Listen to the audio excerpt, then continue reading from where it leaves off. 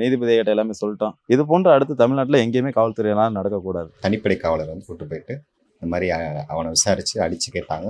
என்னையும் அடிச்சு அவனை கேட்க சொன்னாங்க. லாஸ்ட் வரையும் அவன் எடுக்கல. பையன் வந்து நகை எடுக்கல. எங்க அண்ணன் வந்து இவ்வளோ அடிச்சும் அப்படி எடுத்திருந்தா கொடுத்துருப்பேன். ஸோ காப்பாற்றணுன்றதுக்காக டக்குன்னு ஆட்டோவில் ஏற்றி கூட்டு வச்சு ஓடணும். நீங்க அப்போ அந்த தருணத்துல நீங்க இருந்தீங்களா? அஜித்குமாருக்கு இந்த மாதிரி ஒரு சம்பவம் நடக்கும்போது? இல்லை, நான் ஆக்சுவலாக வெள்ளிக்கிழமை எனக்கு நைட் டியூட்டி முடிச்சுட்டு நான் சனிக்கிழமை ரெஸ்ட் முடிச்சுட்டு ஒரு 6 to 6:30 பக்கமாக நான் கோவிலுக்குள்ளே என்ட்ரானே உள்ளே வந்தேன். கோவிலுக்குள்ளே உள்ள வரையில் ஆஃபீஸ்க்கு முன்னாடி பைக் நிப்பாட்டிட்டு கோவிலுக்குள்ளே போகிறதுக்காக போனேன். ஆஃபீஸ் பின்னாடி உள்ள கோசாலையில் மொத்தமாக ஒரு 4-5 பேர் சுற்றி இருந்த மாதிரி இருந்துச்சு. சரின்னு சொல்லிட்டு கோயிலுக்குள்ளே போயிட்டு ரிட்டர்ன் வந்து பார்க்கலையும் கூட்டமாக தான் இருந்துச்சு. சவுண்டு கேட்டுச்சு, கோயிலுக்குள்ளே போகல சவுண்டு கேட்டுச்சு. ரிட்டர்ன் வந்து பார்க்கலையும் உள்ளே போய் என்னன்றதை பார்ப்போம் அப்படின்னு சொல்லிட்டு வேகமாக போய் 10,000 படுத்திருக்க மாதிரி இருந்துச்சு. கடைசி பார்த்தது அஜித்குமார் படுத்திருந்தாரு.